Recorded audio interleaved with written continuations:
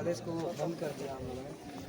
और year back होने की वजह से ईयर बैक थोड़ा विस्तृत बात बताइए आप। विस्तृत ये है कि यहाँ पर बहुत सारे डिप्रेस्ड स्टूडेंट हो गए हैं, क्योंकि उन लोग के बारे में सोचना हम लोग का भी अधिकार है, क्योंकि वो कॉलेज में हम लोग की वजह से भी हैं, हम लोग उनकी वजह से एक साथ हैं हम लोग। और यहाँ पर बहुत सारे लोगों का ईयर बैक लग गया। ईयर बैक लगने का मतलब हो कि एक साल डाउन करें, यानी कि अगर वो 22 बैच है तो वो 23 बैच में एक साल पीछे हो जाना, फैमिली प्रेशर। और यहाँ पे बहुत सारे लोगों के सामने एक अपना इमेज भी होता है इंसान, जो हम एक साल पीछे चल जाएंगे तो लोग हमारे बारे में क्या सोचेंगे, ये सभी मानसिकताएं हैं। और फैमिली प्रेशर भी है, इसकी वजह से लड़के बहुत सारे डिप्रेशन में भी है।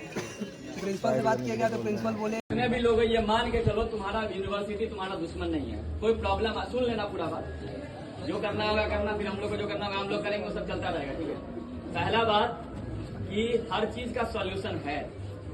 ठीक है, किसी कारण से बहुत ईयर बैक लगा है, सबको पता है ईयर बैक लगा है, और ये सिर्फ यहाँ का प्रॉब्लम नहीं है, ये प्रॉब्लम पूरे बिहार का है ना। तो जब भी पूरे बिहार में इस तरह का बात हुआ है तो ये निश्चित रूप से सारे प्रशासन को पता है, ये तुम्हारे साइंस एंड टेक्नोलॉजी डिपार्टमेंट को पता है, APU को पता है। अरे यार रिकॉर्डिंग बाद में कर लेना। आप बोलिए ना सर, कोई दिक्कत नहीं है ना सर। जो भी है ईयर बैग लगता है कि ईयर बैग ही लगेगा, सुसाइड कर लो, नहीं करेंगे। आप बोल रहे हैं कि क्या हो गया सर? आप हमारे नहीं होना देखो, हमसे अगर फॉर्मल तरीके से बात करना है, एक मिनट सुनिए, कॉलेज के बाहर सुनिए, एक बात बता देते हैं। अगर बहुत फॉर्मल बनना है तो मेरे पास भी फॉर्मल बनने का 100 तरीका है। पहले तुम एज ए सीनियर हमसे बात करना चाहते हो, एज ए प्रशासनिक पदाधिकारी बात करना चाहते हो? पहले ये एज ए प्रशासनिक पदाधिकारी बात करना होता है तो मेरा क्लियर स्टैंड है, कोई भी लॉ एंड ऑर्डर को ब्रेक करेगा तो एकदम सख्ती नहीं कर रहे, वो बात का विषय है, मैं सख्ती से पेश आऊंगा। एज ए सीनियर अगर बात करना चाहते हो तो मैं तुम्हारे विभागीय काम में इंटरफेयर नहीं करने जा रहा हूँ, लेकिन अगर विभागीय काम करवाना है तो मेरे पास जो अनुभव है मैं उससे आपको हेल्प कर सकता हूँ। अब ये तय कर लो किस रूप में मुझसे बात करना है। सीनियर एज ए सीनियर, ठीक है। तो एज ए सीनियर बात करना है तो रिकॉर्डिंग करके किसी और को दिखाना, ठीक है। पहली बात ये बात समझ लो, काम का सॉल्यूशन है। जो चीज सामने निकल के आया है, जितना हम समझ पाए अभी तक 2 दिनों में, ये ऐसा तो नहीं है कि यहाँ का प्रॉब्लम है। पहला चीज तो क्लियर है, पूरा बिहार का है। एक है इंटरनल एग्जाम, एक है एक्सटर्नल एग्जाम। कुछ लोगों को एक्सटर्नल में कम आया है, कुछ लोगों को इंटरनल में कम आया है, कुछ लोगों को दोनों में कम आया है। यही है ना मामला। अब देखो, उसमें जो प्रोविजन है, अभी तक रीचेकिंग का प्रोविजन नहीं है, ठीक। अब ये प्रोविजन बनाना पड़ेगा। उसका एक ही तरीका, ये डिसीजन कौन लेता है? हर चीज का डिसीजन लेने के लिए सक्षम प्राधिकार होता है।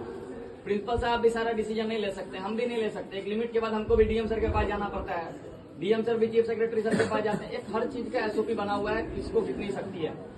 जो रीचेकिंग का मामला है वो प्रिंसिपल सर के स्तर पे नहीं हो सकता, तो अब लोग कैसे हो सकता है? यही क्वेश्चन है ना। इसका तरीका है कि सब लोग एक एप्लीकेशन लिखो, और एप्लीकेशन में ये नहीं लिखना है कि क्या, सीधे लिखे कि इंटरनल की कॉपी को फिर से करवाया जाए। हो सकता है, क्या नहीं हो सकता?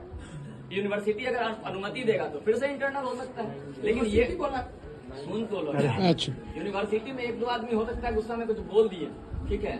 अगर ये BC साहब बोले 2 आदमी थोड़ी ना BC साहब अगर नहीं चाहेंगे एग्जाम होना तो पहली बात मतलब हम कुछ नहीं कर पाओगे हंगामा करके। पहली बात दिमाग में बैठा लो, सुन लो यार, हल्ला कर सुनो ना नमन। अगर वो चाह लेंगे तो कुछ नहीं कर पाओगे, इस बात दिमाग में बैठा लो। उनको कन्विंस करना पड़ेगा, सीधा सा बात यही है ना। तो उसका सबसे अच्छा तरीका है एक आवेदन लिखो। क्या लिखो आवेदन? आवेदन में बड़ा वेग टाइप का नहीं कि सबका ये हो गया, स्पष्ट लिखो कि इसमें इंटरनल का एग्जाम हुआ है, कम नंबर आया है, टॉप एग्जाम था या जो भी रीजन था, एक बार फिर से एग्जाम करवा लीजिए। एक रिक्वेस्ट आवेदन दे सकते हो, आवेदन सर के पास आएगा। इंटरनल का मार्क्स हमारा अपने फैकल्टी की वजह से कम गया। सुन लो ना यार, बात सुनो ना। अभी हमारा एक तरीका है कि मैं स्पष्ट बोल रहा हूँ, रीचेकिंग नहीं, रीटोटलिंग हो सकता है। अगर मान लो तुम्हारे कॉपी में 12 नंबर आया है और लिखा हुआ है 4 नंबर, तो तुम चैलेंज कर सकते हो कि रीचेकिंग किया जाए, रीटोटलिंग किया जाएगा। रीटोटलिंग में अगर 12 होगा तो 12 हो जाएगा। वो प्रिंसिपल सर के पास सक्षम प्राधिकार, इनको तुम लिखोगे, ये अपने इंटरनल में हो सकता है। एक अरे RTI छोड़ो ना यार, तो फिर 30 दिन इंटरनल की अभी मैं बात कर रहा हूँ। दूसरा तरीका हो सकता है कि इंटरनल रीक करवा दिया जाए, फिर से इंटरनल कराया जाए। इसके लिए प्रिंसिपल सर भी कुछ नहीं कर पाएंगे। तुम लोग आवेदन दोगे तो हो सकता है ये सुनो यार, नहीं सर ऐसे बोलो, पूरा नियम कानून पता है तुमको, ठीक है।